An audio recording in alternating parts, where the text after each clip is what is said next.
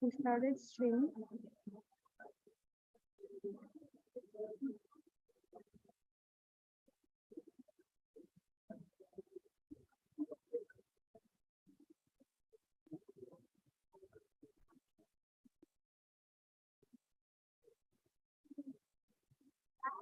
I'm gonna turn on the camera. So it's gonna be this camera, and inshallah I'll adjust it as we. I believe the arrow should work. Yes. Excellent.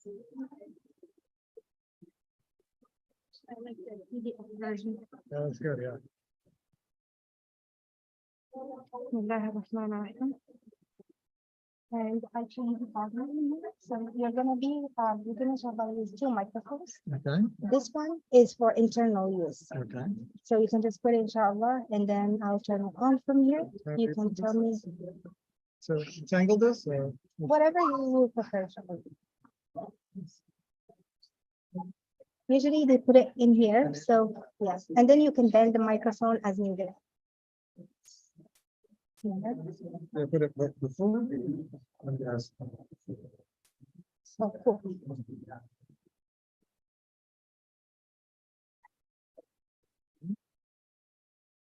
And then you wanted to test it.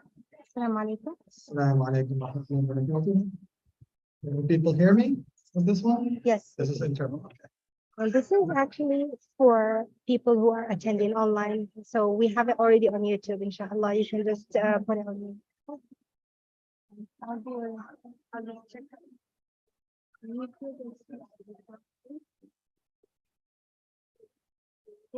No, I'm trying to put it on. That's a link to my introduction, but great. It's about. I'm not sure if I sent you an invite. Did I send you an invite? No, you didn't. I'm sure. Too late. I gotta pick up something. All right, cool. A lot more club. Good thing you have time. I can hear you very well in the so it is on YouTube.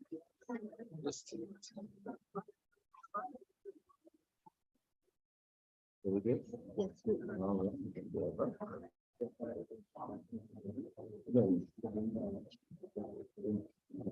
Okay. Okay, so I'll let him know about that. Assalamu alaikum wa rahmatullahi wa barakatuh. If we can have the little ones to kind of come upstairs, that would be fantastic. Thank you so very much. Thank you, thank you. أعوذ بالله من الشيطان الرجيم بسم الله الرحمن الرحيم الحمد لله رب العالمين والصلاة والسلام على سيدنا محمد قاتل النبيين وإمام المرسلين. It is an honor and a pleasure to introduce Brother James Faghmous. We are so honored to have him here today. Inshallah, he will be speaking on the spiritual tools for success.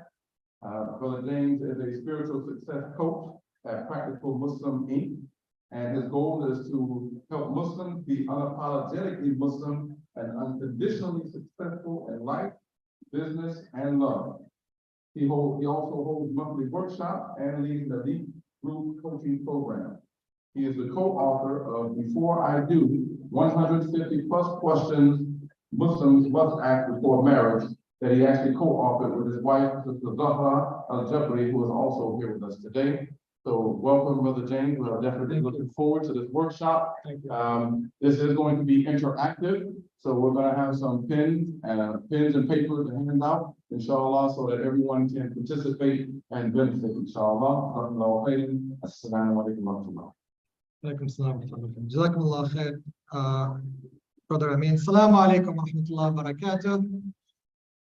Very, very excited to be here. MashaAllah, I'm really impressed by the turnout at 8 p.m. on a Friday. So, inshallah, it's going to be worth your time. The last time I was here in Irvine was probably close to 10, 12 years ago. I gave a couple of talks at UCI back when I used to be a professor. So it's good to be back, alhamdulillah. I hope people can hear me okay on the internet. As Brother Amin mentioned, this is a workshop. It is best to take notes if you can. Just jot down some of your thoughts, your feelings, etc.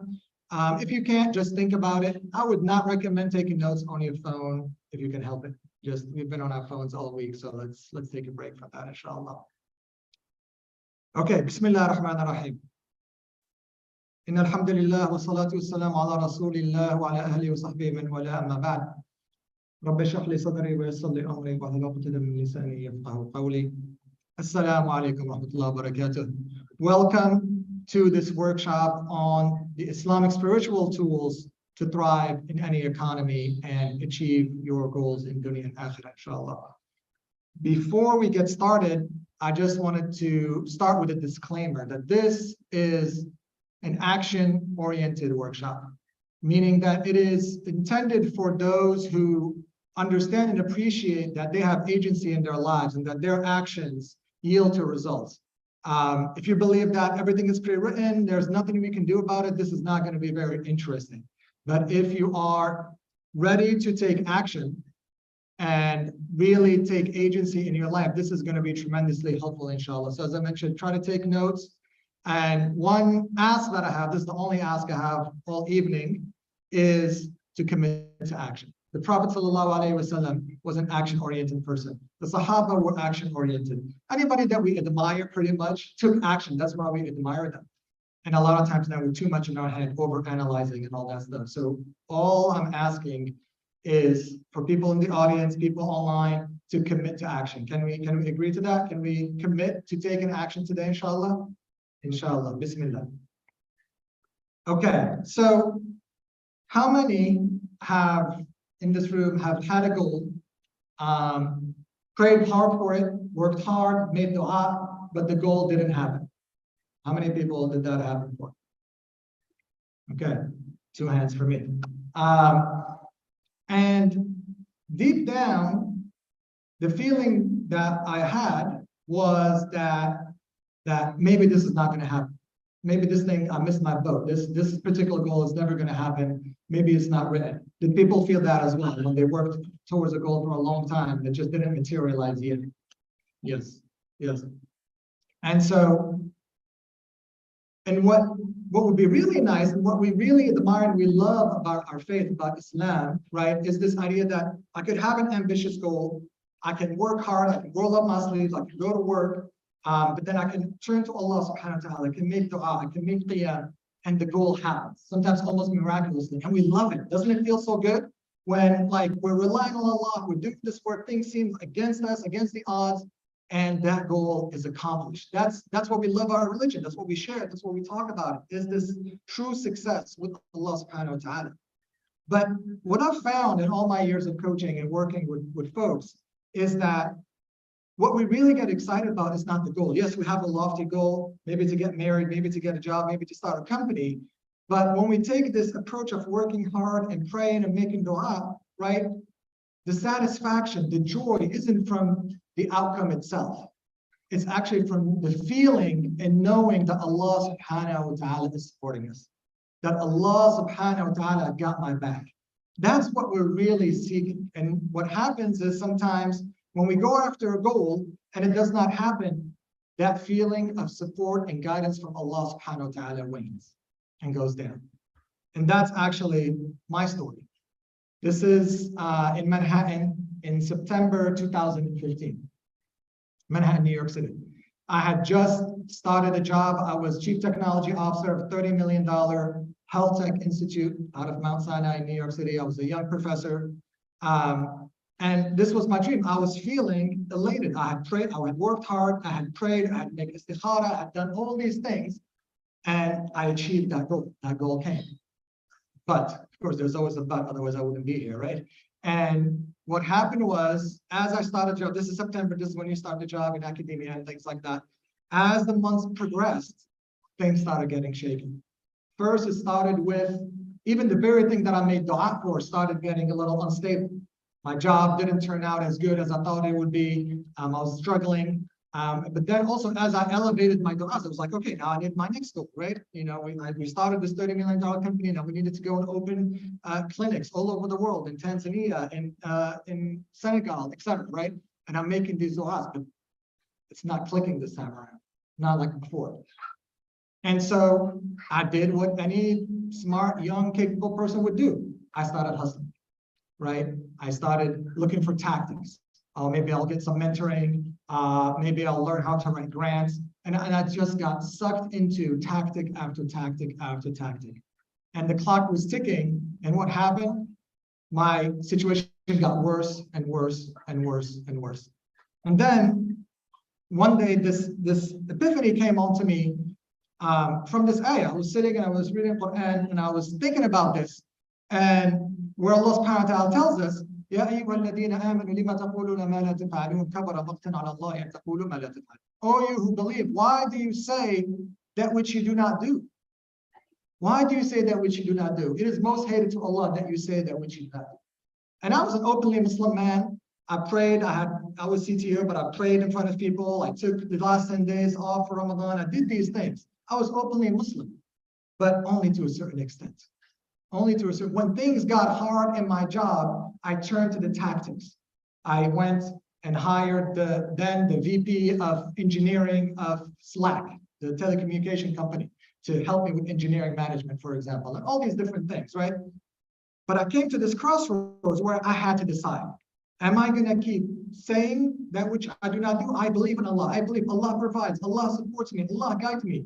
But then I act completely just relying on my own strength, or am I going to start showing up like a Muslim and acting in faith? And so when my job got really bad, there was abuse, there was mishandling of funds, all these negative things that were weighing down my spirit. I decided to act in faith, and I quit my job overnight.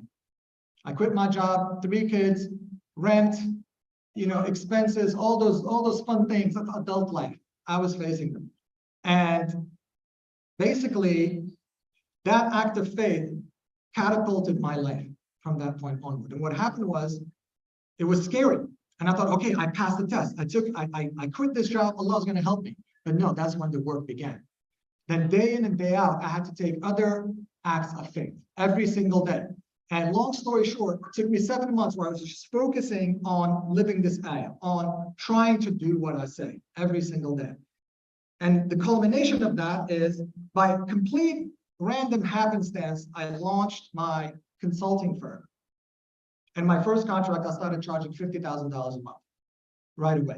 But it wasn't about the money. Like, sure, the money and the success in that sense, that's wonderful. But it was the freedom that I was able to be unapologetic in this. The fact that I was only working 20 hours a week. I took my kids out of school, started homeschooling them, doing this consulting, traveling the world, going to Hajj, going to Umrah, and doing these things.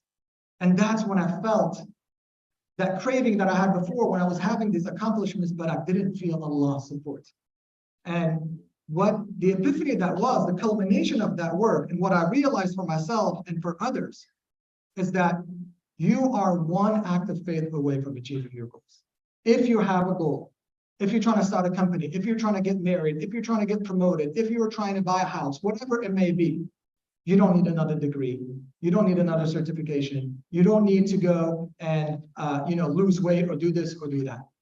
One act of faith can transform everything. And the good news is, for most people in the audience right now, if you've had a goal, if you feel stuck in your life, you already know what that act of faith is. You already know that I need to make amends with my parents or with my cousin. I need to speak up to my boss. I need to quit my job. I need to submit that book proposal that I've been thinking about for a long time. I need to start my YouTube channel. I need to start that Kickstarter that's going to fundraise for my movie or for my video game, for whatever it may be. Most of us know it, but we're afraid. There's this line in the Lord of the Rings, the book, for those that are sci-fi fans, where he says at the end, he says, I know what I have to do, but I am afraid. And that's most of us. As we walk life, as we get into this hustle culture, we oftentimes know what we have to do, but we rationalize it away. And that's what I do. My job as a spiritual success coach is to help Muslims overcome this internal resistance to act in faith, but also once you take that first step in faith, the challenges are going to start coming your way. So how do you persevere in acting in faith continuously, right? And of course, we all know the ayah where Allah subhanahu wa ta'ala asks us, right? Did people expect that they are going to say, we are believers, we have belief, faith has entered our hearts, and they not be tested? We are going to be tested. A lot of times we think test is a calamity, a colonizer coming and taking our home, or a severe health. Sometimes a test is your boss is telling you, hey, punch the number so the quarter looks better, right? Sometimes it's like, oh, I can see the answers for my test online. Shall I copy them down so I can get a better grade on this final next week, right? Et cetera, et cetera. So a test depends on our level of faith and where we are in life. It's not just these massive calamities that most of us think of when we think about the fitna, in this case, yuftanun, right? And so we all know theoretically that we have to act in faith, right? We all know that, right? وَمَن يَتَوَكَّلْ عَلَى اللَّهِ فَهُوَ حَسْبُهُ. Whoever relies on Allah, Allah will be sufficient for him. And we know all these things intellectually, in Islamic school, in Jama'ah, in Halaqah, we hear these all the time. But why is it so hard? Why is it so hard to walk in faith? There are many reasons, but tonight, inshallah, in the brief time that we have together, I'm going to share 3 reasons why. The first one is that we over-rely on tactics, on worldly tactics in this world. We don't appreciate the impact of our beliefs on the outcomes that we seek. And finally, we confuse what inner work means, okay? So we're going to go through these in detail, inshallah ta'ala. So first one is tactics. So when things started stalling in my career back in 2015, as I mentioned, I started getting people to teach me how to write grants because I was in academia to fundraise. I got the VP of engineering at Slack to come and mentor me. I started doing all these tactics. So who has tried to get a goal and maybe thought some of these things? I need to work harder. I need to get another degree. Oh, I can't start my business because I don't have all the knowledge required to start a business, et cetera. So I need to pay my dues in my company. I'm low. I'm doing a lot of good work at the company, but I can't move up. I need to pay my dues. I need to work and suffer for many years before I get a promotion. Who had some of these thoughts when they were navigating this career ladder, right? And all of us do. And here's the truth. Everybody does. I'm on LinkedIn. Many of you probably know me from LinkedIn, right? And I get messages like these all the time. Let's go through them quickly, right? Here's a person working for 8 years at a company, completely paralyzed. She said, the anxiety is crippling me, right? Like I'm just relying on the pros and cons list, the Eisenhower matrix, right? All these little tactics that they teach you in MBAs, right? But you are not relying on your faith. What does that do? That induces anxiety, that cripples you. Now you have this opportunity to start a company in Great Britain, but you're crippled, right? The one on the bottom left, somebody who works at FANG. FANG is like Facebook, Amazon, Apple, Netflix, Google, big tech, basically, right? Works there, and he says, despite having studied in the best schools, worked in the best companies, had a startup with an exit, there's still that feeling of not having done enough, that feeling of comparing with others on a day-to-day basis, right? No matter what this hustle is, there's always another shiny object and it never feels good enough. This person on the bottom right? Today I'm really struggling. I'm a director of a scaling startup, and this person, right, turns down to become VP at a unicorn. Turns it down. Why? Because they just felt that they're always chasing money and titles, and it was never enough. I'm chasing money and titles, but then the money is never enough. I need to pay my mortgage. I'm never free. I'm always in this rat race, right? And the one at the top, person became a doctor, but now they want to focus on their parents, on their children, right? Being a good parent, being a good Muslim. And this is very common. We see this all the time. So the fact that we are focusing on tactics is just the norm now. That's the power on course. So we are here to just become aware of our tendencies. There is nothing wrong with what we're doing. We are here today exactly as we're supposed to be. And we want to become aware of our tendencies so we can correct them. We cannot solve something we're not aware of, okay? And so why are tactics so dangerous? Tactics are dangerous because they nudge you towards worse and worse things. You start spiraling, right? So in the Quran, right, one of the tactics of the shaitan is istidraj, right? Istidraj means to nudge you towards a graver and a graver and a graver offense, right? And so the way tactics starts is the first time there are never enough tactics, especially now with all the gurus out there, with all the TikToks and Instagram reels. I'm just one tactic away. I'm just one tactic away. If I just get my MBA, everything will work. If I just start networking more, everything will work. If I just send one more email, everything, and you just burn out. And then what happens, right? That's what happened to me. I got discouraged. I was like, I'm working hard. I am praying. I am doing all these things. I am a good Muslim, but the results are not there. I'm getting discouraged. And then it goes into disheartening or depression, right? Now start questioning Islam. Like, does Islam even work? Like, Allah tells me, call on me and I answer, but I'm not getting the answer. What's going on, right? And then it goes into something potentially unethical. Now I'm going to take matters in my own hand and I might do something that is unethical or haram. So the over-reliance on tactics cannot be understated, especially if you are young and you feel that you got that energy going. You got that energy. When I started that job, I was in my 30s. So I was like, just like, yeah, I got all day, let's go. And that's how I quickly burnt out, got discouraged, and got depressed.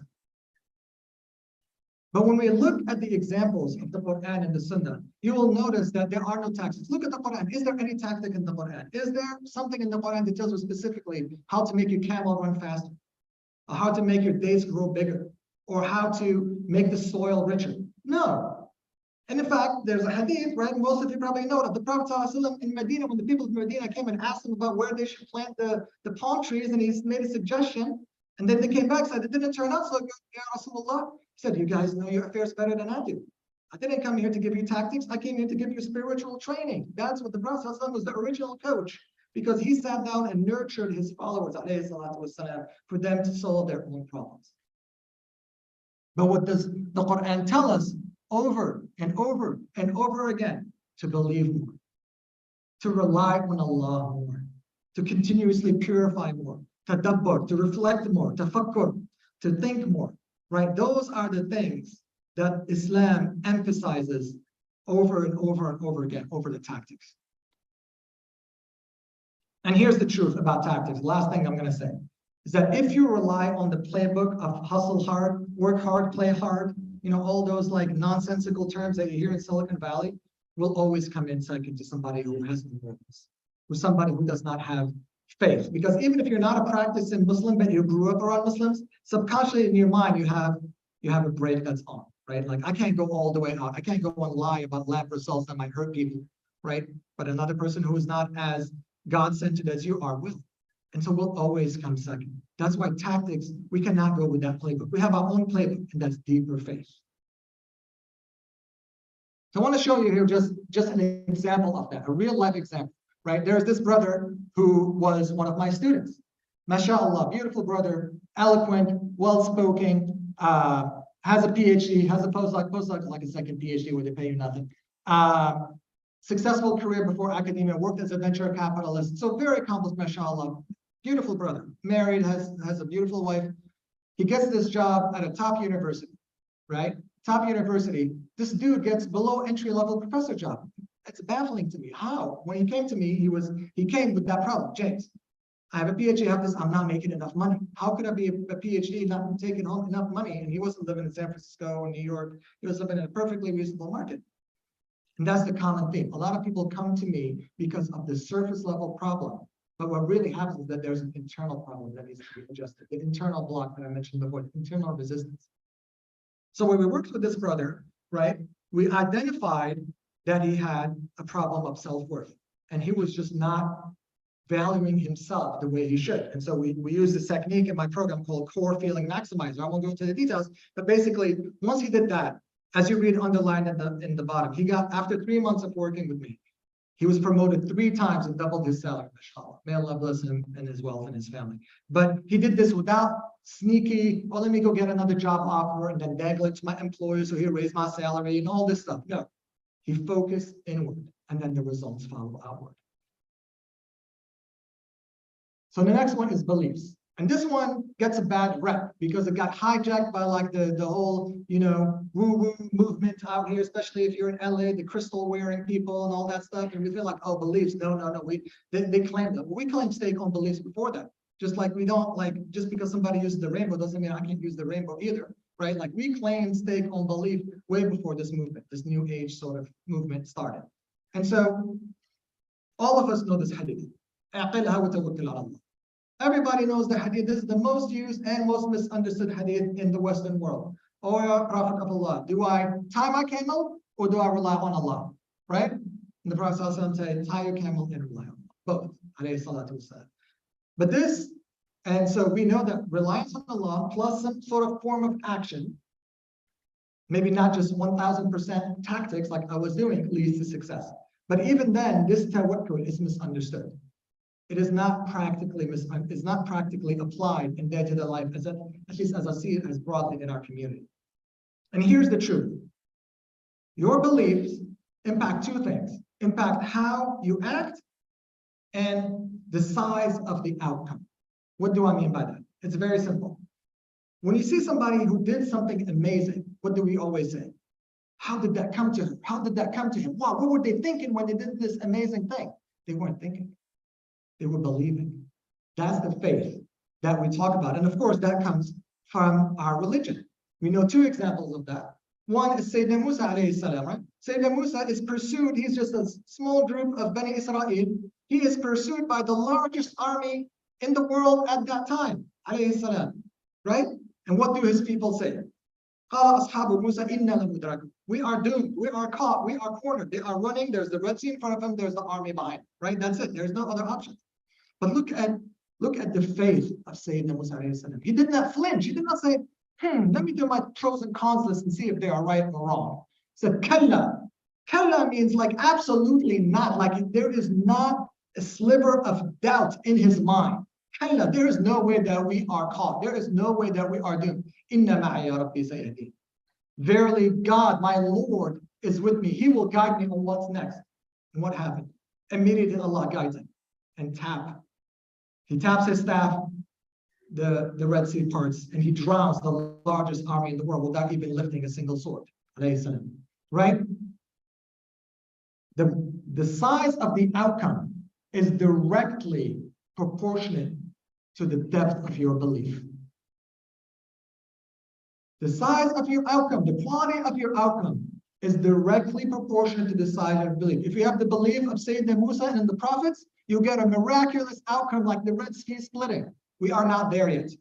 But you could get something close to miraculous if we upped our faith, if we trusted him. And of course, we all know the story of Maryam, may Allah's peace be on her, and Zakaria alayhi salam, right? Where it says, كلما دخل عليها زكريا المحراب وجد عندها رزقا. Every time Zakaria will enter the monastery, the place of worship, he will find food, he will find sustenance at the feet of Maryam. And what people have said, what the scholars have said, he will find fruits that are out of season, right? Like, how could you have cherries right now in the depth of the winter? Does not make sense. Where is this from, right? Then he says, قال يا مريم وأنى لك هذا. Oh, Maryam, where did you get this from? And she says, قالت هو من عند الله. This is from Allah. She said, this is from Allah. Inna Allah yarzuqu man yasha'u bighayri. Allah indeed provides whoever He wills with no account. Allahu Akbar, right? How amazing would it feel to have the certainty of Maryam?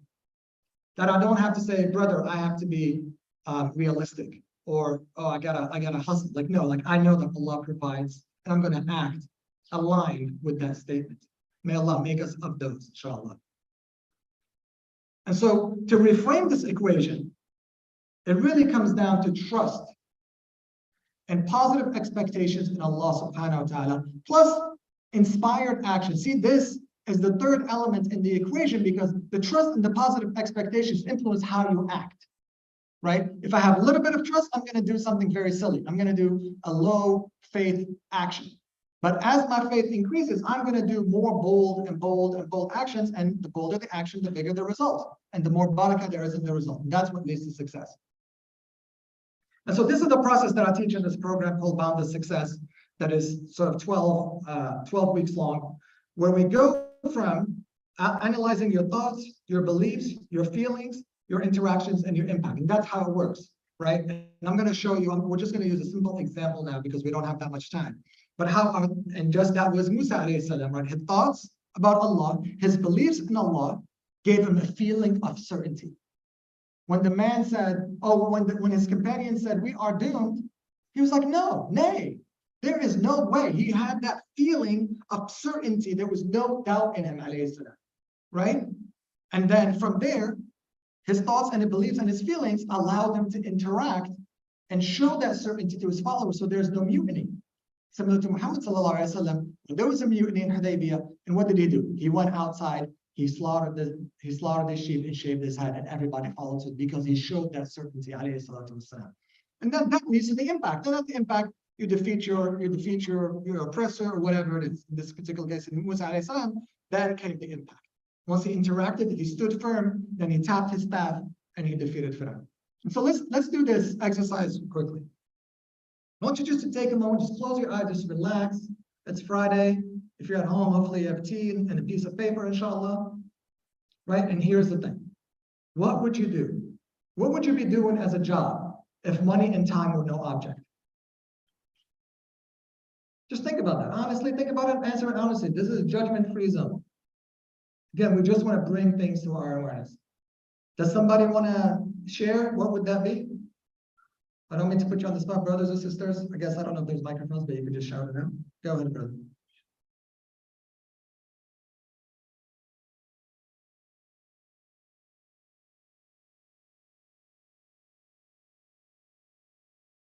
Go ahead.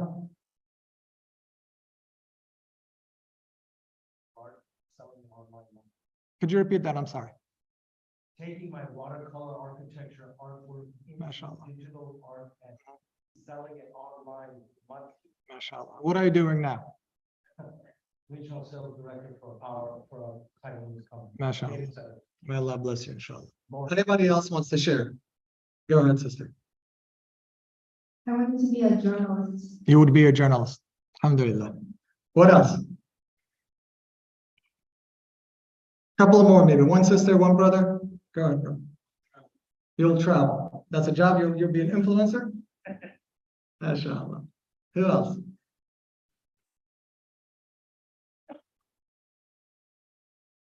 Go ahead. Does somebody else have this? Sorry.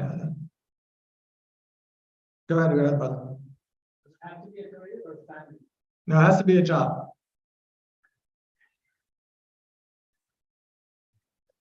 Dawah. Alhamdulillah. Alhamdulillah. So go ahead, sister. I would invent a medical device that would solve a major human health problem, and I will supply it to the whole world. MashaAllah. Beautiful, beautiful. So we have art, travel, journalism, medical device inventor. MashaAllah. And that's beautiful, right?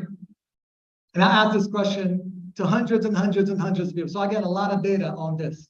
And here's the common theme when you ask Muslims. Most of the time, oh, sorry, there was that. I don't know if I forgot that one there. Sorry, I'm running out of caffeine, so if I missed that one, I apologize.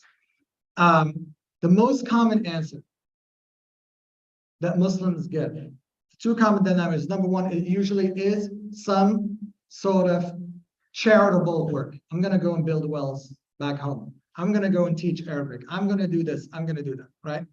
And 9 times out of 10, it tends not to be their job. I've rarely met a Muslim that said, I'll be doing what I'm doing right now. Very rare. And you know what that tells us? That tells us that at a subconscious level, right, we are resisting success in whatever we are doing. Is that making sense, right? If I said if nothing mattered, I'll be doing this thing here, but well, in reality, I'm doing this. How can I be better than John and Sally and Karen at doing my current job when subconsciously I'm like, I want to be somewhere else, even if I don't say it, right? And to add to that, what is the subconscious belief here? The subconscious belief is, especially if I said, I'm going to do dawah, I'm going to make a medical device that saves lives. Tacitly, what we're telling what our subconscious is telling us is that the work that we're doing right now, I cannot get close to God through my job right now. And that's a mistake. And the only way for us to address the subconscious belief that is holding us back, that causes us to sabotage our work, that causes us not to show up with ihsan, is to shine a light, just like we did now. So think about your answer. And the question that you could ask is, how can I be going towards God in my situation right now? Not some hypothetical future.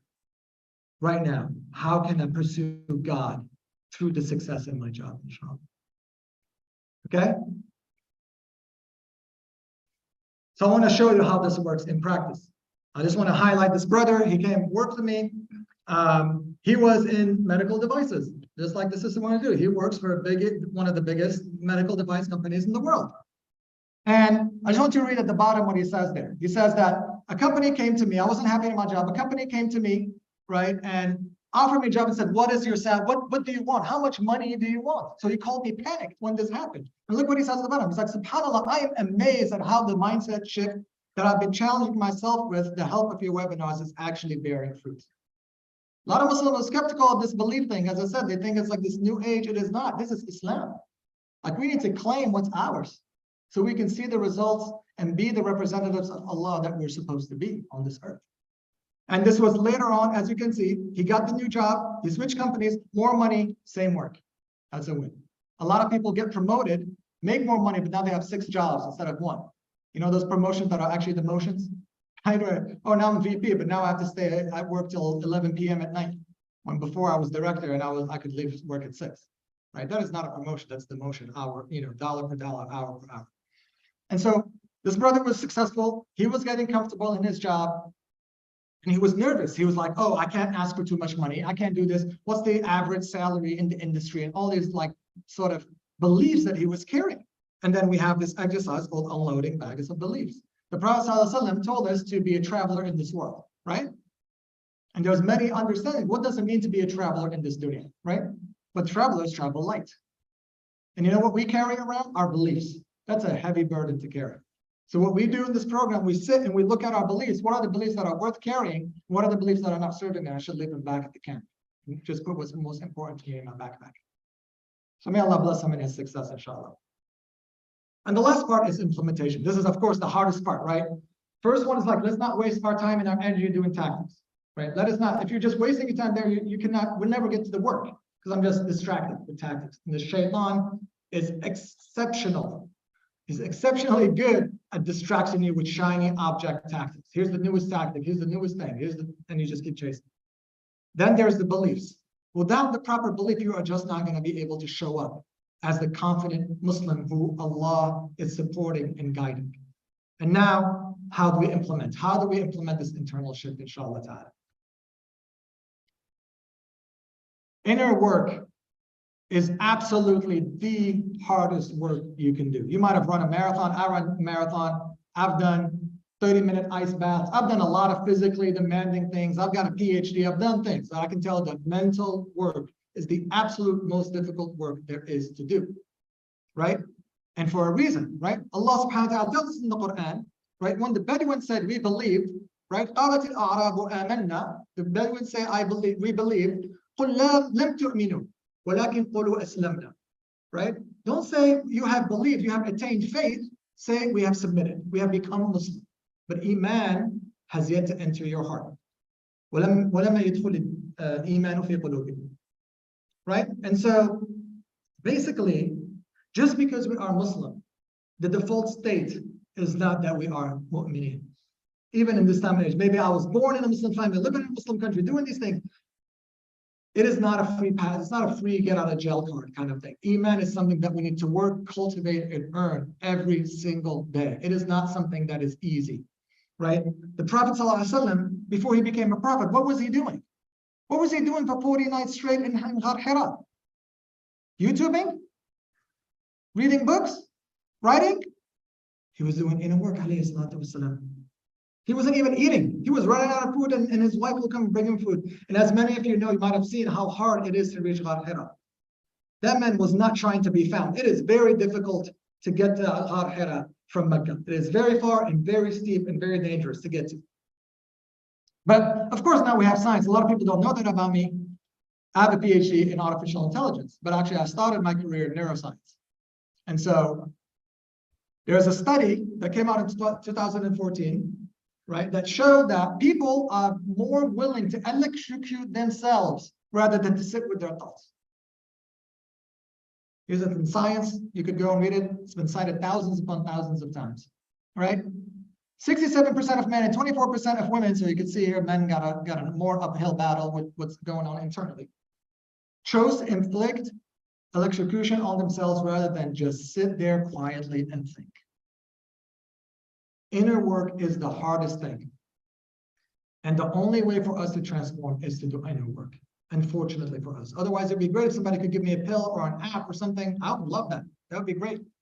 But that's not an option as far as I know.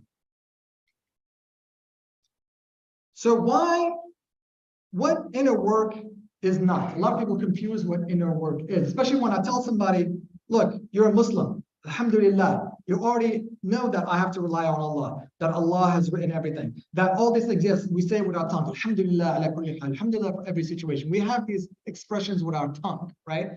So when I tell people, well, all they have to do is work inward, like, I got it, I'm a Muslim, I know what to do. I can make a little bit of Quran, a little bit of dua, and I'm good to go. But unfortunately, that's not how it works. And here are the things where we trip ourselves. The first one is generic advice.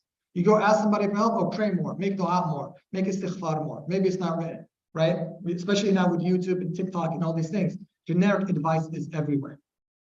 And the Prophet ﷺ is known to give different answers to the same question based on different people, right? Ibn Qayyim, may Allah be pleased with him, the student of Ibn Taymiyyah, what did he say? He said, al-faqih, the scholar, the learned one, the knowledgeable one is who? Is the one who marries the divine with the circumstance. Just marrying the divine, telling me the textbook divine is not going to be enough to move the needle. We have to marry it with the circumstance of that individual. That's how we start making Islam work for us the way it was intended to.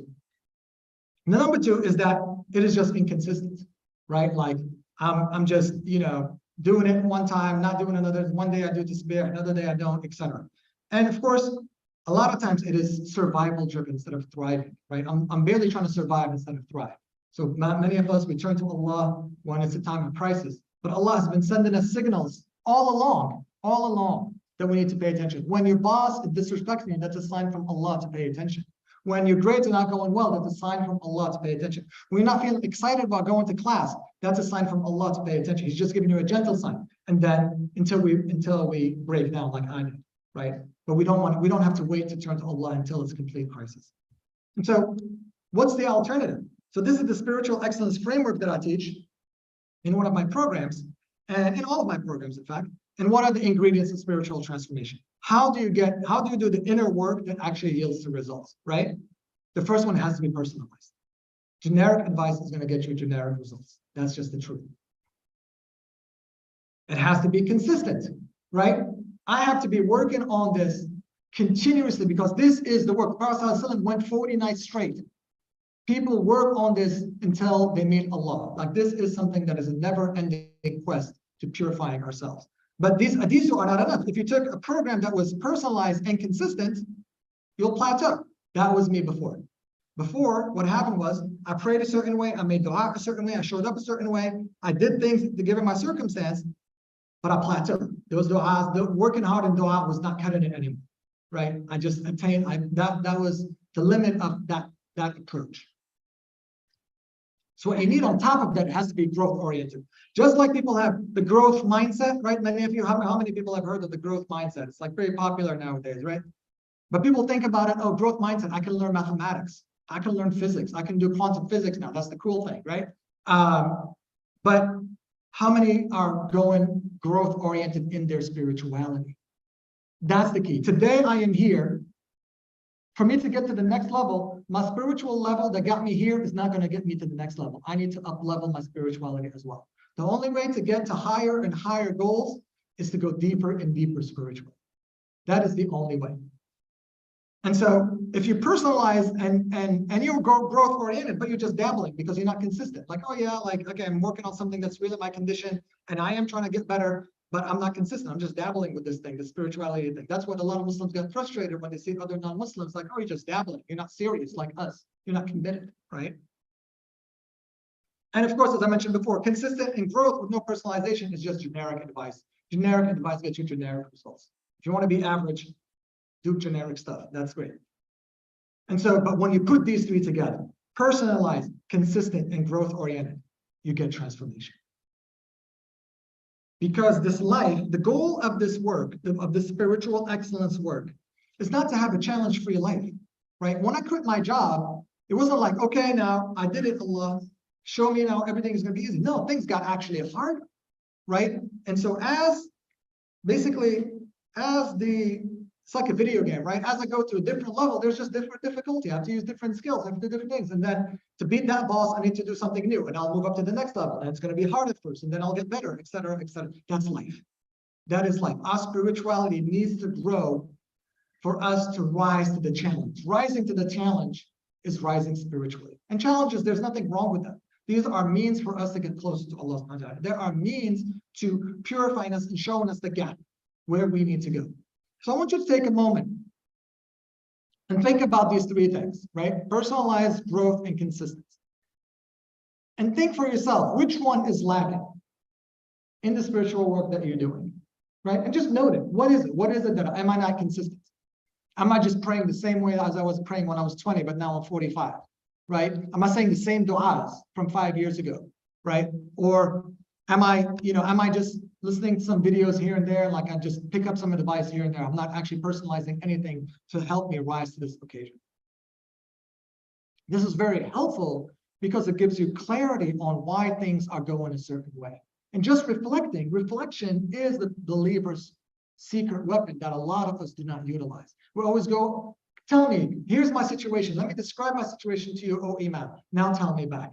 We always love to get a prescription, but we can prescribe to ourselves first and foremost by just paying attention and looking inward. Here's another story about the growth mindset, right? And by the way, this is my YouTube channel with my wife Zahra. May Allah bless her. We have a lot of these student testimonies, so you could go there and watch this one. But she was a hardworking mother. She had 3 children. She had multiple degrees, right? And she wanted to launch a business. She wanted to have her own business. She was like, I've raised my kids. Now it's time for me to do this business that I always wanted to do. But then she was just completely paralyzed. Should I do it this way? Should I have a webinar? Should I do an email list? Should I do a giveaway? Blah, blah, blah. Like all these decisions, right? Like, again, all these shiny objects. And so one of the things that we focus with her on is what we call the Islamic decision-making model. You see, a lot of times people will say, well, I prayed istikhara and nothing happened. Or I prayed istikhara and things that are true. Istikhara is not magic. Like we have to stop that magic. Istikhara is a tool in a system. But you have to have the whole system. Praying istikhara and thinking things are just going to magically appear, you're going to be very disappointed, right? And so what we do here, we actually go back to the foundation of what does it mean to make a decision in faith, right? And how to walk in faith. And the result for her, right? She was like, teach me tactics business. You started 4 businesses, James. Can you teach me tactics in business? It's like, no, it's not about the tactics in the business. It's about our fundamental belief that I cannot move forward. Everything is paralyzing. And she was doing this for a year. She was struggling, stuck. After working with us in 1 month, she made more than she made in an entire year. Allahu Akbar. This is in her words. You could go and watch it for yourself, right? By doing, I didn't tell her how to write an email. And she's a nutritionist. She does genetics-based nutrition, right? I don't know anything about those things. I failed, my biology course. So I don't know anything about it. May Allah bless her business, inshallah. So in summary, right? The main takeaway is just this. Personalized, consistent, and growth-oriented spiritual work is the fastest way to your goals. You are one belief shift away from reaching this goal that it's been eluding you. You don't need another tactic. You don't need to raise money. You don't need to get another degree. I promise you, if you look inward, the results will come, inshallah. And so I want you to take a moment and just reflect. Just close your eyes, relax. We're done with the knowledge consumption, more or less, right? You already know, most of you, not everybody. Most people on this room, on this call, on the internet, know what they have to do. You already know that action that you need to take next for your business, for your family, for your children, for your career. But for some reason, there's internal resistance, right? So my question is this. What is this delay in taking this faith-based action costing? Is it costing you money? Is it costing you your health? You saw those messages that people sent me, right? Is it costing you your family, your relationships, your joy, your happiness, your energy? Are you lethargic? It's hard for you to wake up in the morning and be excited. Think about that cost. Just take a minute and think about it and write it down. Jot it down so you can have it in front of you if you have a pen and paper, of course. But this cost is non-trivial, especially if it's been going on for a long time. And that's why I wanted you guys, made the promise to yourself that you're going to act. It is the time of action. if you could see that this thing is costing you and harming you, we only have finite time. We might die, right? We might not make it to the next Jummah.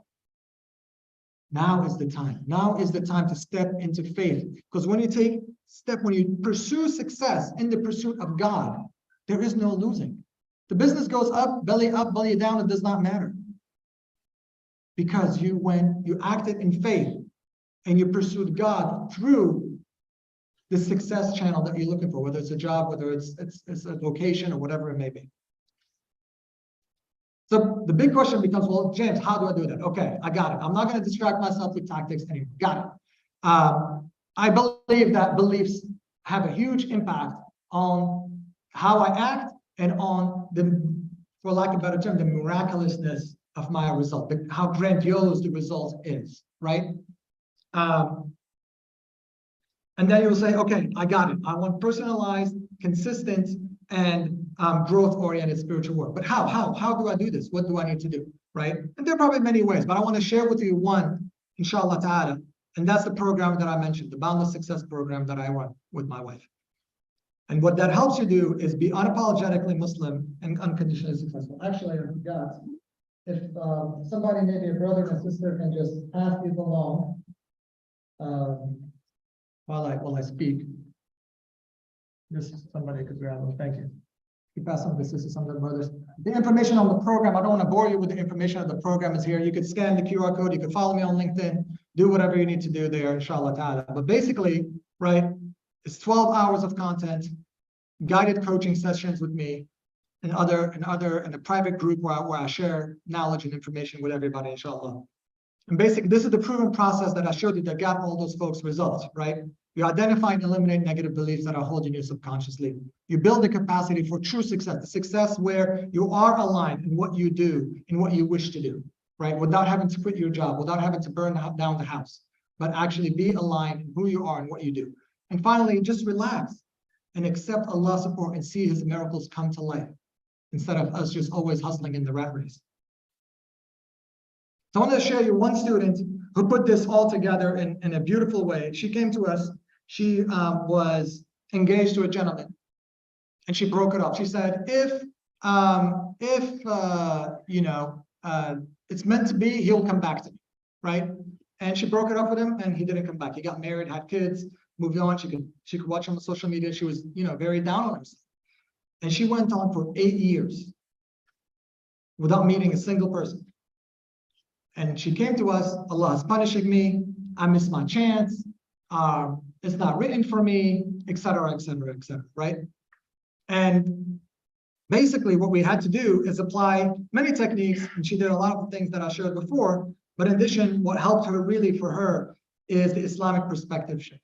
How to forgive yourself, how to see your past for what it is and forgive it and let it go so you can move forward. 6 months after finishing our program, right, she met somebody, and you can see on the left there, she got married, and as you can see, she didn't second guess herself. She just went with her feelings. She knew that Allah was trusting her. Again, she was taking now more faith-based actions. And guess what? This person that she met, it wasn't through an app, it wasn't matchmaking, it wasn't at mass, it wasn't any of those things. That person fell on her lap. She went from finding a husband to attracting a husband to her. And what happened was this person was in her orbit. She knew of him and he knew of her, but they never met. And somehow they got introduced during COVID and got married right away. And she just sent it this a few months ago that they just had their first child. So may Allah bless them and their family, inshallah. But it all starts with going inward. That's where the work is, and that's where the results, that's where the biggest bang for your buck would be. And so I want you to just relax for a second, okay? And we're going to get to the Q&A now, inshallah. And just close your eyes. Just take a few deep breaths. Okay? Now imagine that tonight was the beginning for you to start taking faith-based action. Imagine that we work together, and in 3 months from now, in a year from now, you've removed this resistance and you started acting in faith. You started selling your paintings monthly. You quit your job and you started your medical device company, right? You started traveling the world and making dawah. What would your life be? How would you feel? Imagine just that, you achieving that goal.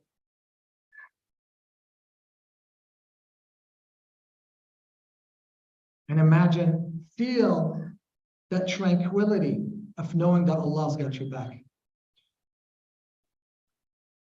That you wanted something, Allah put that desire in your heart, and you strived, you worked, you made dua, and Allah made it happen. And now imagine that now that this roadblock is out of your life, you started the company, you got married, you started selling medical devices and helping the world. Maybe other things started to improve. Maybe your relationships. Maybe you weren't a present father or present mother because you were always stressing and hustling, and now you can pay attention to your kids. Or maybe you were so focused on your career you couldn't get married, but now that you unblocked this career block, you're able to get married. Maybe you were neglecting your health, and now you're looking younger, your skin is looking great, you lost weight, right?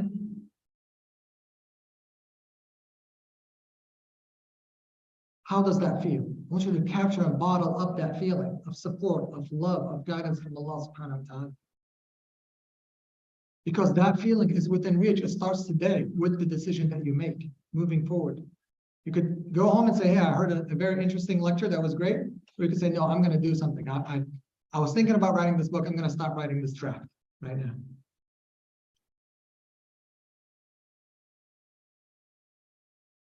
And here's the last thing.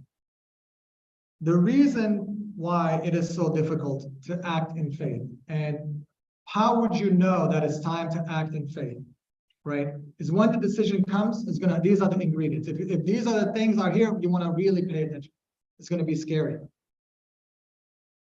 I should quit my job. I'm going to put my YouTube channel up there and people can criticize me and laugh at me and tell me this and tell me that about my hair length and my beard length. I don't know, right? It's going to be inconvenient. It's never the right time. Transformation, there is no perfect time to do. You're always going to be like, oh, I got to renovate my house. I got to do this. I got to do that. And it's going to be expensive. It's going to be expensive monetarily, time, relationships. You're going to have to leave some people behind when you transform. You're going to have to move places. You're going to have to do things. Here, expensive doesn't just mean money. It just means that there are going to be things that you're going to have to shed. And how do we know this? Let's use two examples. One is the Prophet ﷺ. Who else? Right? What does he say when his wife takes him to her cousin? Who?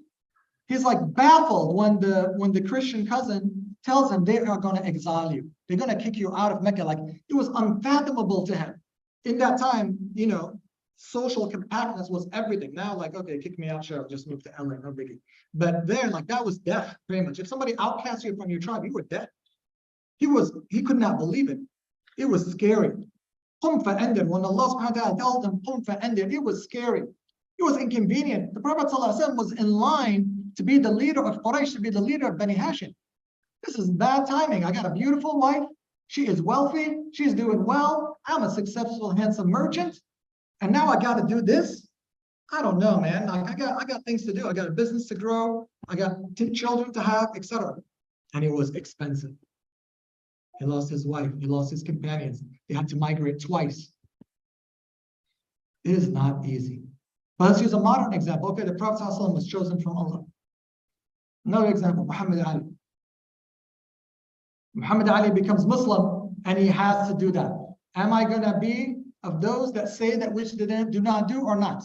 Right? He said, if Viet Cong didn't do anything for me, right? He didn't do anything against me. Why am I going to kill him? It was scary. People were threatening him with jailing and stripping him of his title. It was inconvenient. He was the world heavyweight champion. This is an inconvenient time. I need to defend my belt, right? And it was expensive. He went to jail, got fined, I think 50 grand back then, just, I don't know, probably $1 million today, right? And he lost his world title. Pretty much he quit at the peak, right? And that's what happened to me. When I quit my job, it was scary. It was inconvenient. My wife just gave birth to our third child. It was expensive. I was at the peak of my career. But Allah replaced it with better, alhamdulillah. But this is the reality. Is that dream that you have, if you do not deepen your faith, you are not going to be able to achieve it. Whatever you achieve right now with the faith that you have is as far as it can go. You cannot, what got you here won't get you there. Right? That's what this saying says. What got you here won't get you there. So deepening our faith That's our playbook. Leave the tactics and the MBAs and the PhDs and those things for people who believe in that. And let us use the playbook of Allah subhanahu wa ta'ala and His Prophet. اللهم صل وسلم على سيدنا محمد وعلى آله وصحبه أجمعين. سبحانك اللهم وبحمدك أشهد أن لا إله إلا أنت أستغفرك وأتوب إليك. والسلام عليكم ورحمة الله وبركاته. So we have Q&A. I think we have microphones. Happy to answer questions. Happy to do a live coaching demonstration if somebody wants to share more about their challenges. The flyers, I have a special deal for people. So if you book something today, you get $500 off the program. So book it tonight, inshallah, if this is something that you're interested in. And if you want to talk to me, I'll probably stay for maybe 10 minutes or so after the talk. We can chat. You could book a time, but to book a time to talk to me is paid call. So take advantage that I'm here, inshallah. We get to meet face to face, inshallah. I don't know if I can see questions online, unfortunately, so we'll prioritize them, of course. Alaikum salam. First of all, just like really like it. So, you're funny enough, I'm a medical device engineer. Mashallah. Just yesterday, not too long. Mashallah. You know, a couple of people a year, pretty hard. And it's not every medical device company, so. Yeah, there's a lot of things going on my mind right now, but one question I wanted to ask is, how do I know if I'm moving too quickly to the next job? Or am I dragging around? Because on my way out, I was like hustling, telling my boss, hey, I've been connecting with this guy and this other company, and I'm just like focused on act now, think later, and not don't get the emotions in your way. But at the same time, like some people like take your time, maybe reconsider, look at the big picture. So, like, how do I gauge like my pace? I go too fast, I go too slow. MashaAllah. First and foremost, may Allah replace this job with something that's 1,000 times better, inshallah, this life and the next. I can tell you from my personal experience, I was laid off a year ago as well. But I won't share that. I'll share when I left my job, my CTO job. And in general, there are two things that I'll say. Number one is just taking our time doesn't make things better. You could sit and not apply to any jobs, but if you don't address the elephant in the room, the core issue, then we're not using that time wisely, right? So a lot of times people say, oh, give it time. Like, yeah, sure, give it time, but it's not going to heal. Like, it just gets covered with other issues. Now I have bills to pay, I have other things, so I'm not addressing the core issue. And that's why a lot of people come to me, they come to me with like surface level issues because the core issue has been buried and neglected for a long time. So that's number one. Time is not going to solve anything. Number two, very likely if you are a Muslim man, most Muslim men don't have a productive avenue to express their feelings and processing them in an Islamic way. A lot of times, like, you should not be, the Prophet ﷺ said, do not get angry. So if I'm angry, then I'm bad. I'm disobeying the Prophet ﷺ. That's not what he meant, right? Oh, I shouldn't feel this way or that way. Like, feeling something doesn't make you bad. It's just a feeling. You are one thing and your feelings are a separate entity from you, okay? And so, very likely you are moving too fast. There's nothing wrong with thinking and feeling when we are looking inward. If we're going to be replaying the past and how could I have had a better come back to my boss, or those kinds of things, not productive, right? But if you're looking at like, how am I feeling? Why am I feeling this way? Why am I feeling down that I got to let go of my job, right? Those questions are very powerful and something to look into. So when I was laid off of my job, guess what I did? When I quit my job, what I did? I'm going to start another company to compete with these guys. I know all these VCs in New York City. I'm going to go raise $10 million. And I'm going to go and do my thing. And my wife, she's in the back, and Allah bless her, she sat me down. She's like, James, it's very easy for you to start new ideas. It's very easy to get other people excited about ideas. But you know what's hard for you? I was like, what? She's like, sitting down and processing your feelings. I hate it when she's right. And I sat down, and that's what started the 7 months of inactivity. Like, I was not doing anything professional. But guess what happened? At the end of that 7 months, and I could have used the money, like literally we had no food, like we're about to get evicted.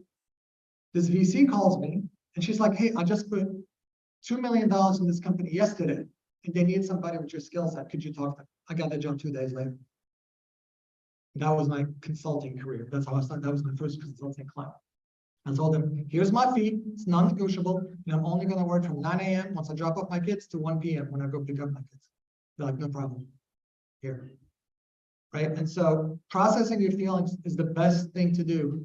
And you only know yourself, right? If you are hurt, if you are scared, if you are disoriented, that was me. Even when I quit my job, I was scared, I was disoriented, but so much of my self-worth in my job, in my title, in my education, in those things, right?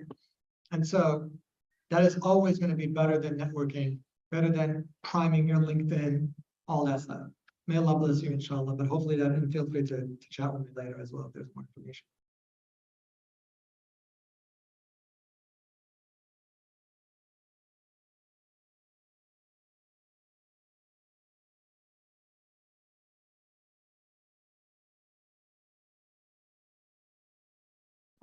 I can see.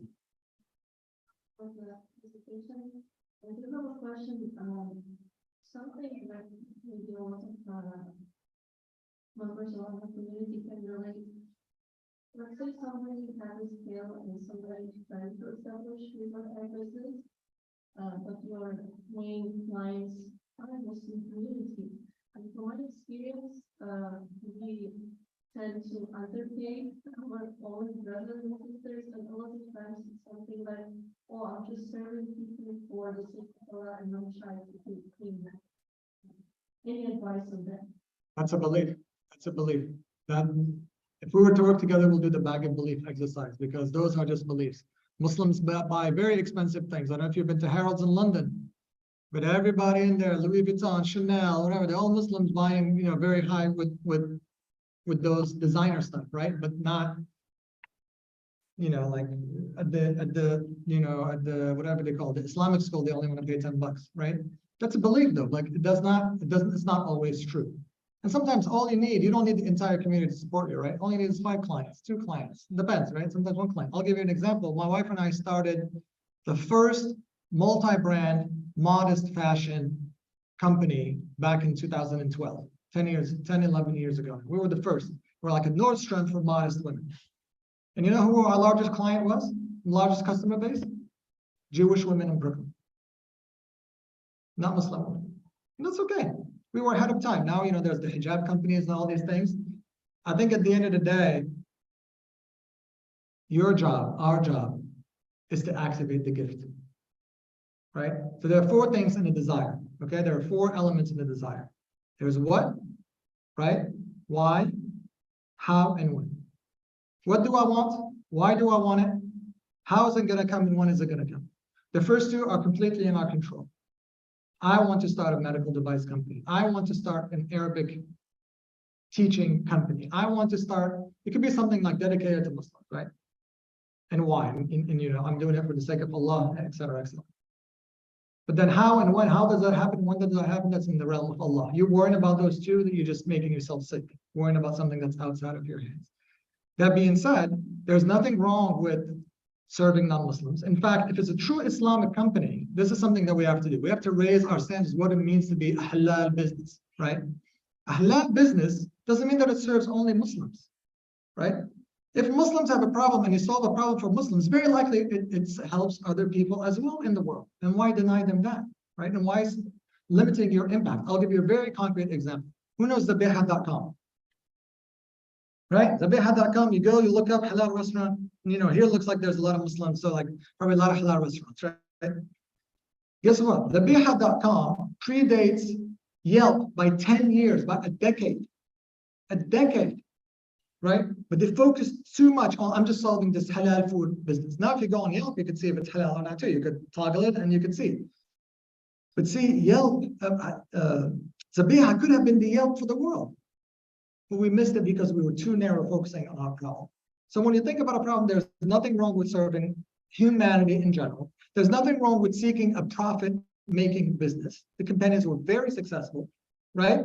And don't worry about who the customers are. I know it hurts, like you want your own to support you, but life is too short. You got to keep your eye on the prize.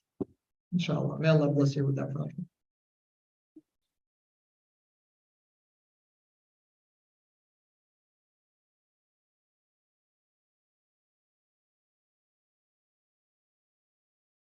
Any other questions? Somebody has a concrete career problem, business problem, happy to work through it. There's somebody over here, I think.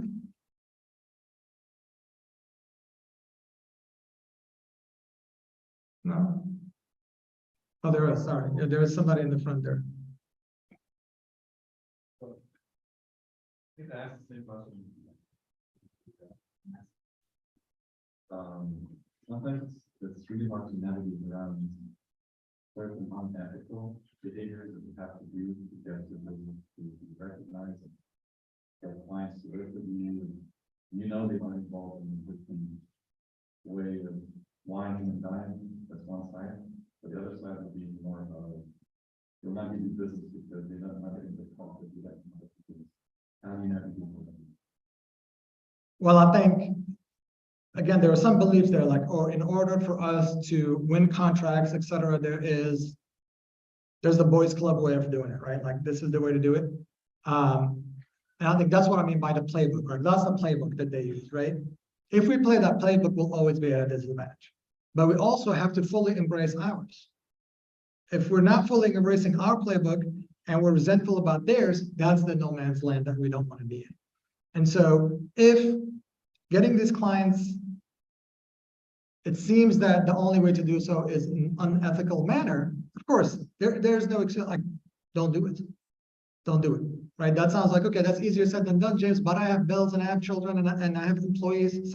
That's true. But there is another way, because ultimately, it is not the customer that's paying for you. It's Allah subhanahu wa ta'ala, right? So putting our attention on Allah is the way to go. And of course, this warrants a longer conversation, of course, and more precise conversation. But the key thing is that this idea that, well, this is the only way to get a client has been drilled down into us from corporate America is not the only way. There are many ways that you can do this. I'll give you an example. When I was doing my consulting business, I mean, a lot of companies were defense, a lot of companies, one company was a beer company. It's like, why are you using AI for beer? I have no idea, but like, I can't remember even what they were doing. There was like something about figuring out the liquor stores where they sell their beer to, or something like that. I don't remember, restaurants. And if I said no to them, I couldn't pay rent. Like sometimes I'll just, most of the time I'll just have 1 or 2 clients. I couldn't overcommit because I was spending time with my children. And it's scary at first, but I said no. But that helped me. Why? Because when I took most of the people I said no to, because the people that I took, then I did a great job and they will refer me to somebody else. Of course, this is my case. I'm a small business. It may not be the same case for you. But what I'm saying is that if it's scary, if it's inconvenient, if it's expensive, that's the time to step up and take an act of faith. Because you will see results. I can't even tell you what the results are, right? Like when I left my job, I was like, oh, my results, I'm just going to get another job, right? But because I kept acting in faith and acting in faith, the result was far more grandiose than I thought. I was completely free of the rat race. I was working 3 months a year, 4 months a year, then spending the rest of the time with my children, traveling, going to Hajj. I would have never been able to imagine it. Allah subhanahu wa ta'ala is going to open a door that you cannot even envision right now if you take that scary, inconvenient, and expensive choice, knowing that you are doing it for Allah subhanahu wa ta'ala.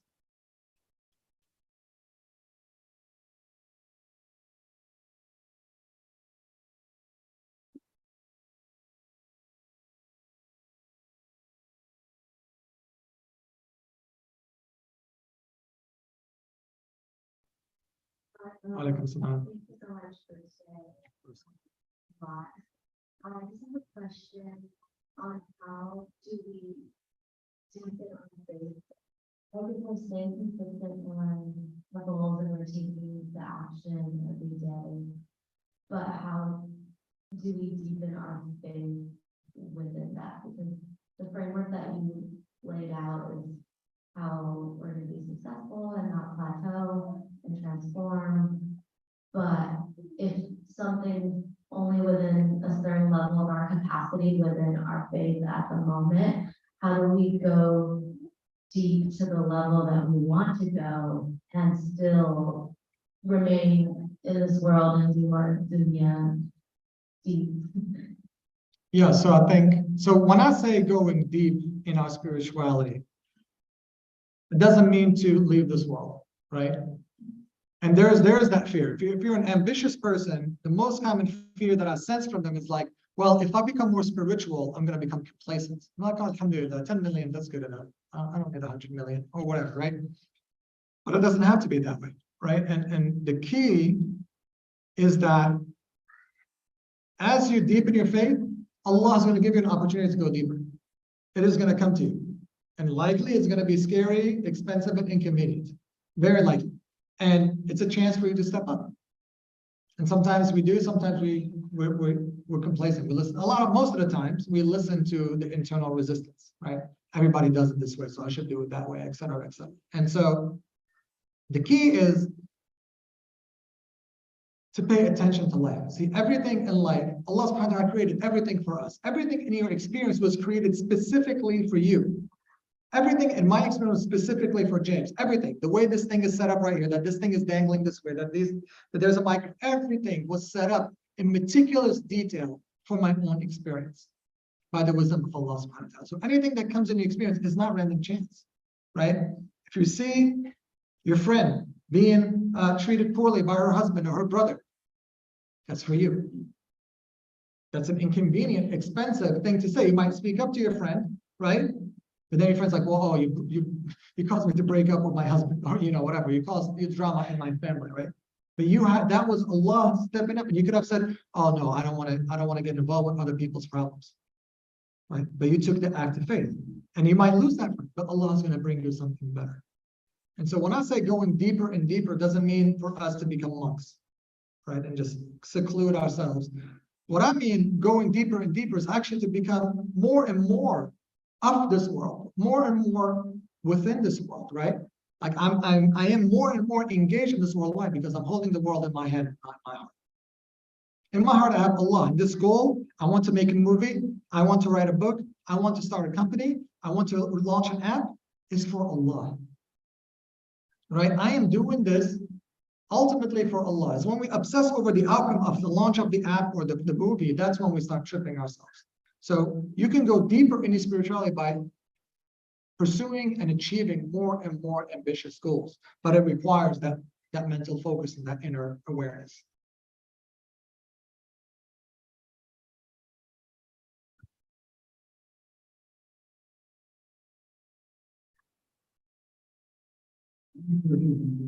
Thank you.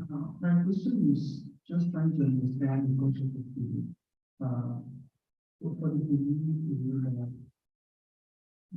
to make us to be better while expecting the right outcome, or is it that it's going to make us not to worry and come back and take the right action to bring it back, or it's just pure spiritual, we just have to believe and spiritual comes into play.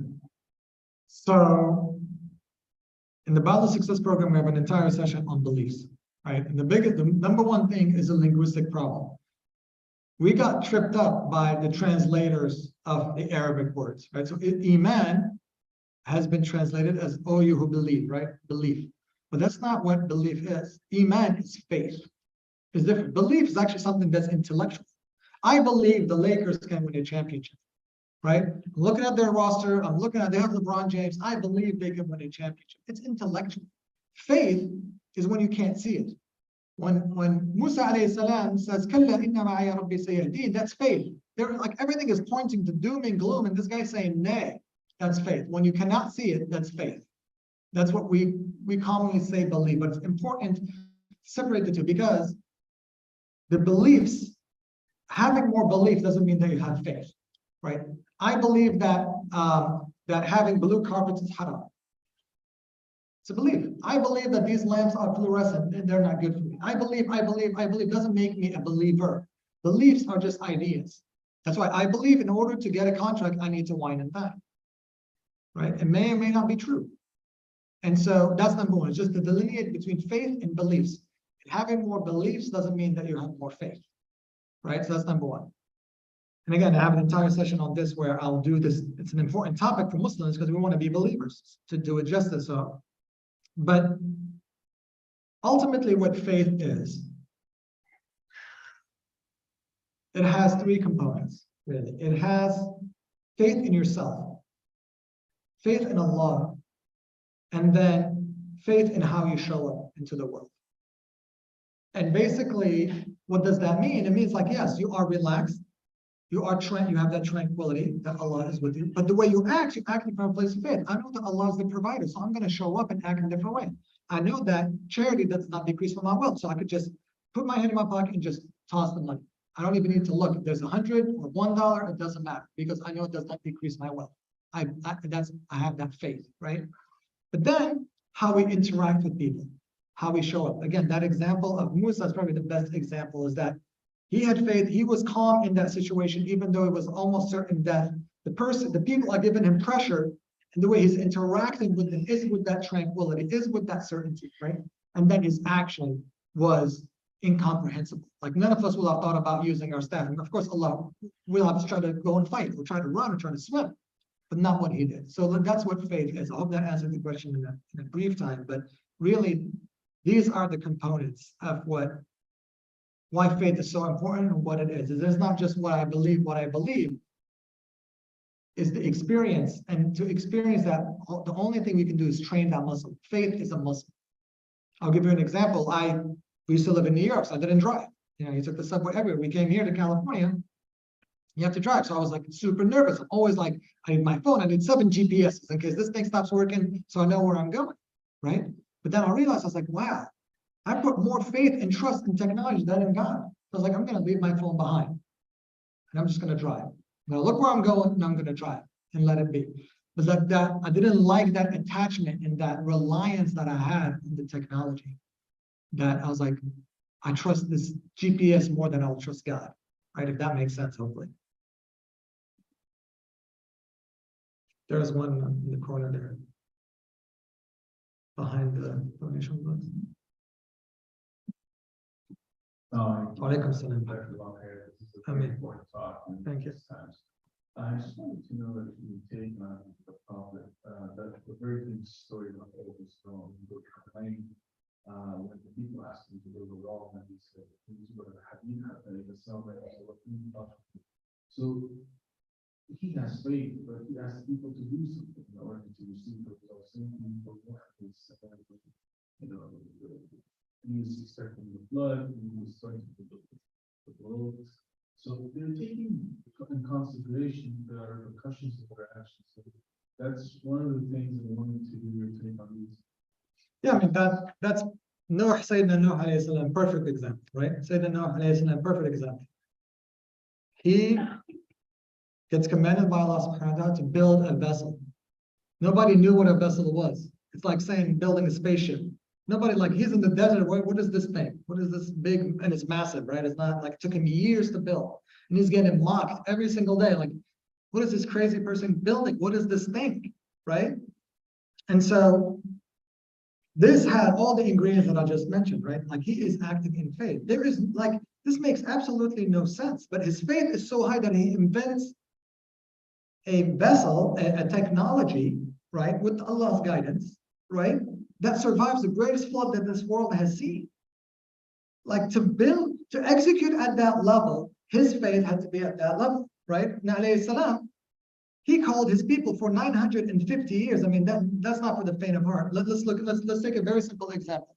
I opened, right, where I said that many of us think that when we work on something, we think it's not written for us. We worked something hard, we prayed, it didn't happen, it's not written for us. How long did we work on that thing? How long did we pray for that thing? A week? A month? A year? A decade? Try 950 years. Right? It ain't over until it's over. As long as you are alive, there is a chance for that thing to happen. As long as you are alive, it is still written. And that's the main thing. We don't get to decide what's written or not. That's why Allah subhanahu wa ta'ala did it before space and time. And he wrote every single possible solution. In fact, I have an entire course on destiny, a small course, 3-part course that you could get specifically on this question. It is not written for me because it has hurt a lot of Muslims. Sayyidina Ibrahim alayhi salam wants a child in his 70s, 80s, gets a child, and his wife cannot produce children, right? And he is old. 70, 80. Us, like, I'm 27, I'll never get married. It's done, right? I'm running out of time. And so Sayyidina Nuh alayhi salam is the perfect illustration of this conversation that we have. Of course, you have to act. That's the equation, right? You have to have trust. See, when he heard the revelation, he had to trust himself. He had to trust Allah. I am not crazy. I am in the desert. It doesn't make sense. Let me do it, right? Positive expectation. Yes, people are going to mock me, but I am going to Allah subhanahu wa ta'ala. I'm going to keep going. I'm going to action, and I'm building and I'm doing. And look at the result, this massive thing. A simpler example is Sayyidina Ibrahim alayhi salam. Sayyidina Ibrahim salam finished building the Kaaba. What does Allah tell him to do? وَأَذِّن لِلنَّاسِ. Make adhan. To who? There's literally nobody. It's the desert. There's not a single person except him alayhi salam, his son. Who am I making? And Ibrahim questions that. Who am I making adhan to? Trust. I trust in Allah. Positive expectation. I know if I do this, if I take this step, Allah is going to get me a result. Positive expectation. Action. He makes the adhan.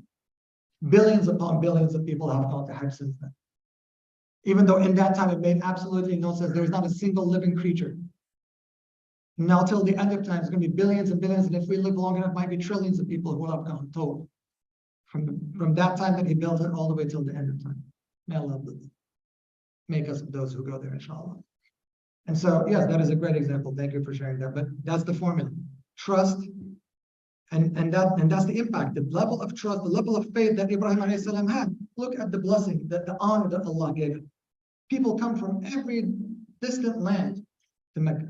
Just today, there was DJ Khalid and Mike Tyson doing Umrah, thanks to his adhan. And who knows how many people are gonna become Muslim because they watch DJ Khalid on TikTok. Came from that.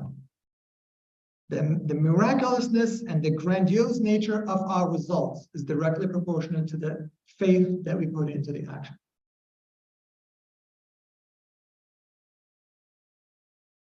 I think there's a system moving out there.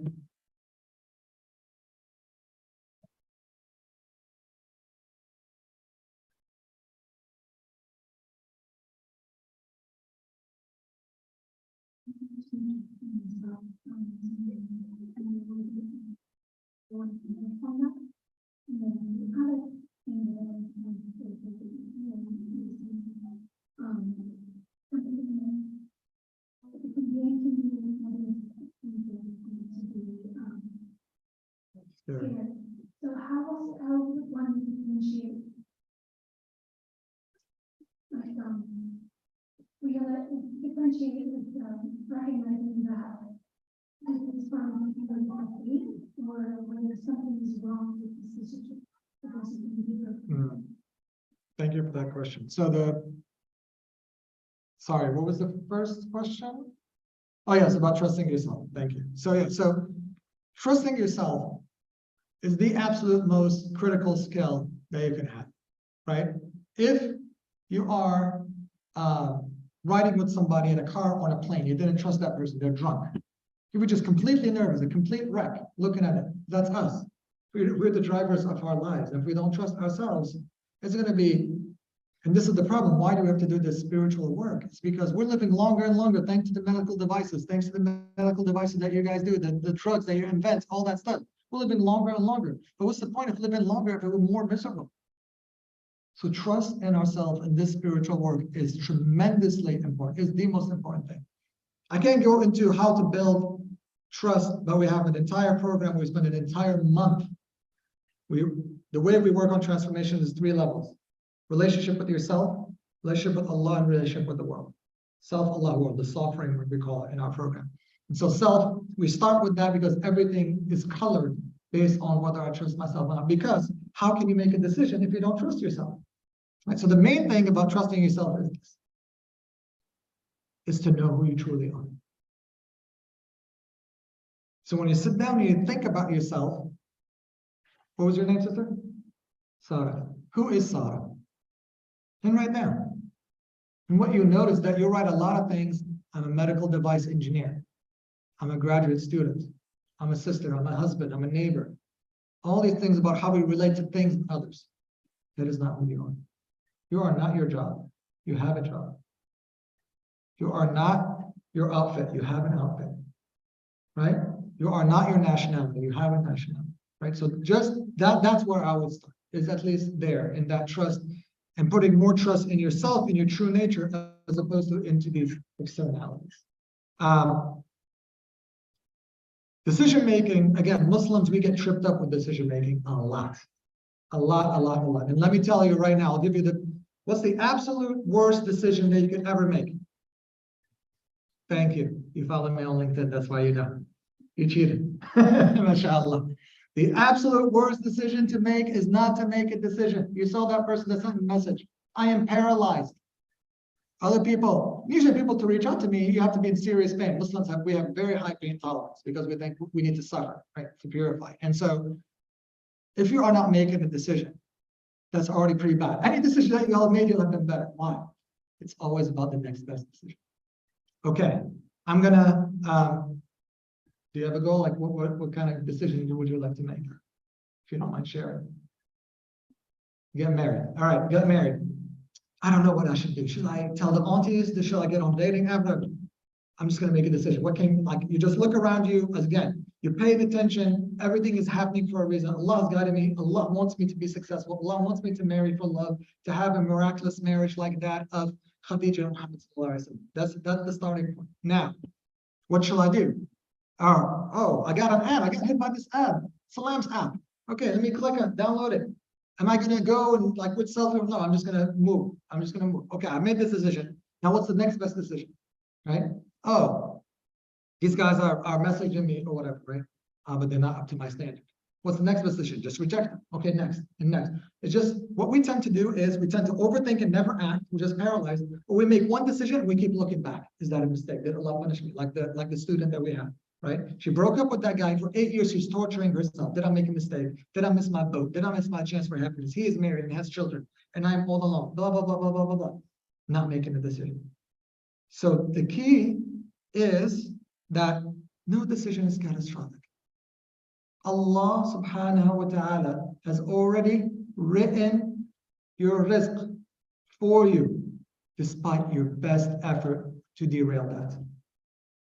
I know we think we're clever, we're smart, but we're always going against our best interest, despite our best efforts to sabotage ourselves out of this country.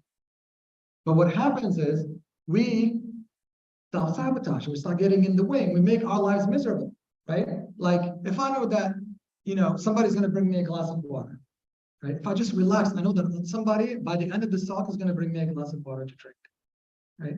And I could just relax. I could interact with people. I could answer questions on the internet. It's a great experience.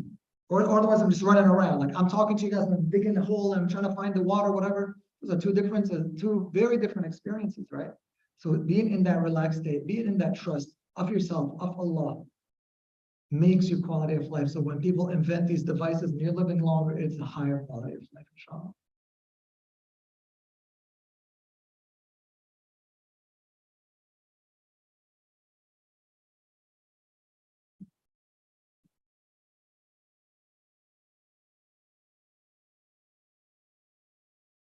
Any other questions?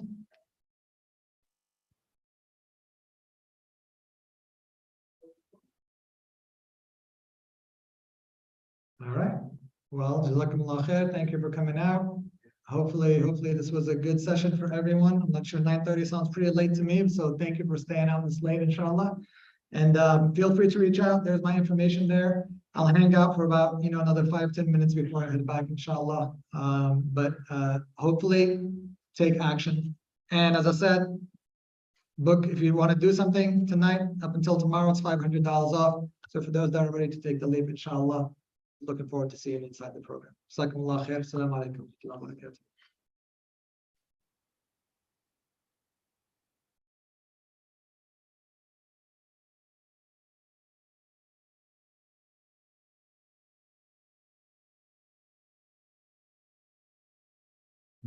Thank you. Oh, thank you so much. There you go. See? Alhamdulillah. Assalamu alaikum. How are you, brother? Good seeing you as well. Alhamdulillah. How's your family doing?